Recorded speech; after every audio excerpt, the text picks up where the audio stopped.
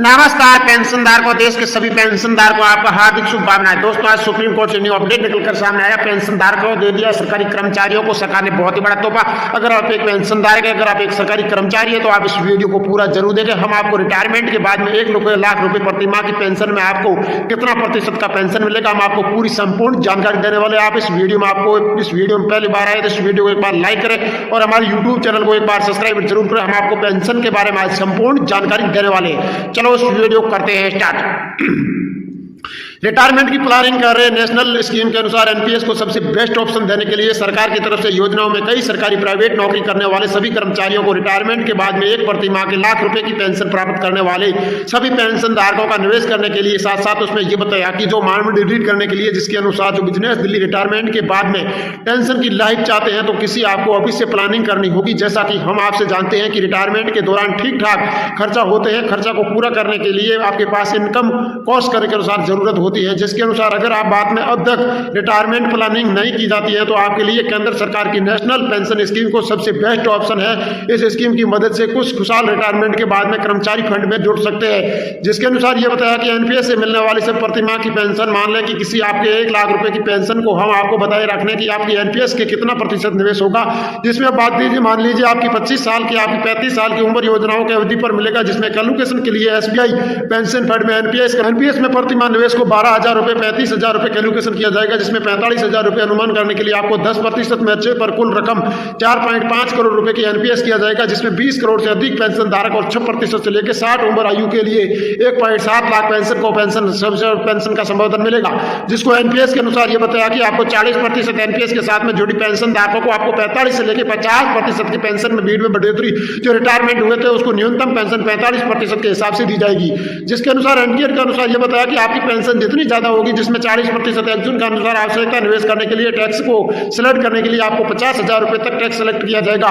जिसके अनुसार यह बताया कि पेंशन फंड के अनुसार कैलकुलेशन किया जाए तो अनुमान बयान देने के लिए निवेशन जगतन देने के लिए सलाह दी जाती है। जिसके अनुसार सरकार ने यह बताया कि जो पेंशन धारक थे जिसको जानकारी के अनुसार आपको सहमति देने के लिए सरकार ने एक पेंशन फंड की जानकारी के अनुसार एक समझौता किया था। जिसके अनुसार सरकार ने यह बताया कि जो कर्मचारी थे, जो पेंशन धारक थे, इसको यूपीआई के अनुसार आपको पेंशन ट्रांसफर करने के लिए समझौता दिया जाएगा।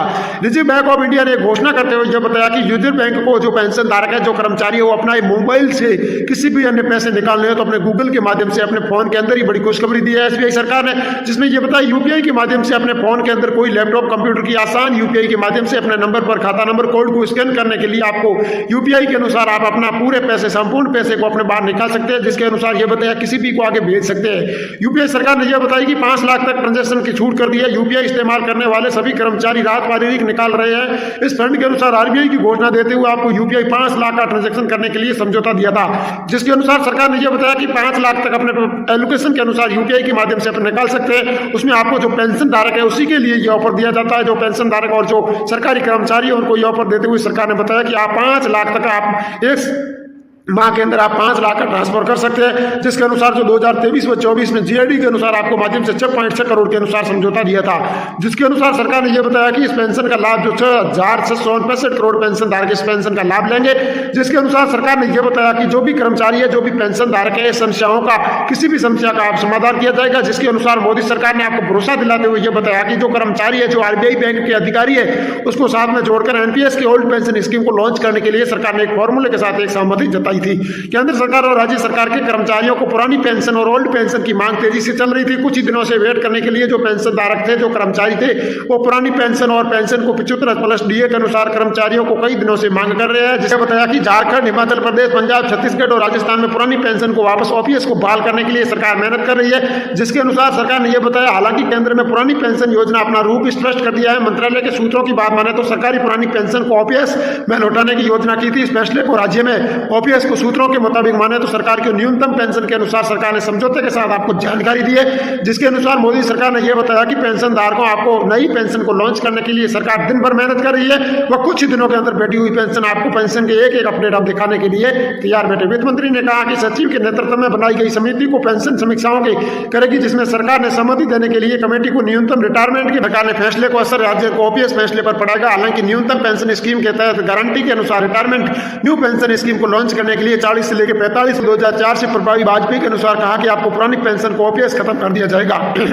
पुरानी पेंशन को लॉन्च करने के लिए सरकार ने सैलरी के आखिरी 50 दिनों के अनुसार कहा कि आपको कुछ ही दिनों के अंदर वेट करने के लिए अप्रैल 2004 में आपके सरकारी नौकरी में आए थे तो आपको कर्मचारियों का अपने वेतन में 10% योगदान करने के अलावा किसी भी कर्मचारी को 14 से लेकर 20% योगदान करने के लिए सरकार ने दिन भर मेहनत की थी। उसी के अनुसार सरकार ने बताया कि हर गुजारे के दिन में पुरानी पेंशन वो नई पेंशन में अपना थोड़ा सा ज्यादा कुछ बदलाव नहीं है, थोड़ा बदलाव है। महाराष्ट्र के हरियाणा के कई कर्मचारियों की मांग को हड़ताल कर चल रहे थे कि पुरानी पेंशन को बहाली के लेकर रेलवे कर्मचारी भी लगातार विरोध कर रहे थे, जिसमें राजस्थान, छत्तीसगढ़, झारखंड, पंजाब और हिमाचल प्रदेश के अनुसार कभी भाजपा शामिल के अनुसार पुरानी पेंशन को बहाली करने के लिए घोषणा की थी।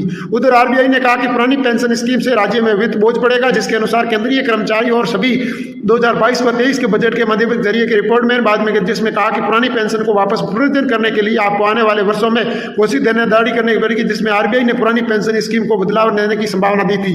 जिसके अनुसार आरबीआई पेंशन अधिकारियों ने यह बताया कि आप अगर पुरानी पेंशन को वापस लॉन्च करेंगे तो आपको सरकार पर बहुत ही एक बड़ा बोझ खड़ा होगा, जिसके अनुसार सरकार संकट में खड़ी हो सकती है। जिसके अनुसार आरबीआई पेंशन धारकों को मना करते हुए यह बताया कि आपको जो नई पेंशन स्कीम लॉन्च करेगी उसी को ही सिर्फ आपका लाभ मिलेगा, जो पुरानी पेंशन है उसका लाभ आपको कभी भी नहीं मिलने वाला है। जिसके अनुसार सरकार ने पेंशन धारकों ने सड़कों को जाम किया, हड़ताल किया, फिर भी सरकार ने इस मनमानी को अनुसार कहा कि आपको भरोसा दिया कि आपको देखते हैं, हम कोशिश करते हैं, अगर आपको पुरानी पेंशन का फायदा आपके मिला तो हम जरूर आपको दिलाते रहेंगे। जिसके अनुसार मोदी सरकार ने पेंशन धारकों को भरोसा देकर शांतिपूर्ण समस्याओं का समाधान किया। जिसके अनुसार मोदी सरकार ने भरोसा दिया कि पेंशन धारकों हम आपको एक एक चीज का अपडेट देंगे और हम आपकी एक एक समस्याओं का समाधान करने के लिए दिन भर आपकी कोशिश करते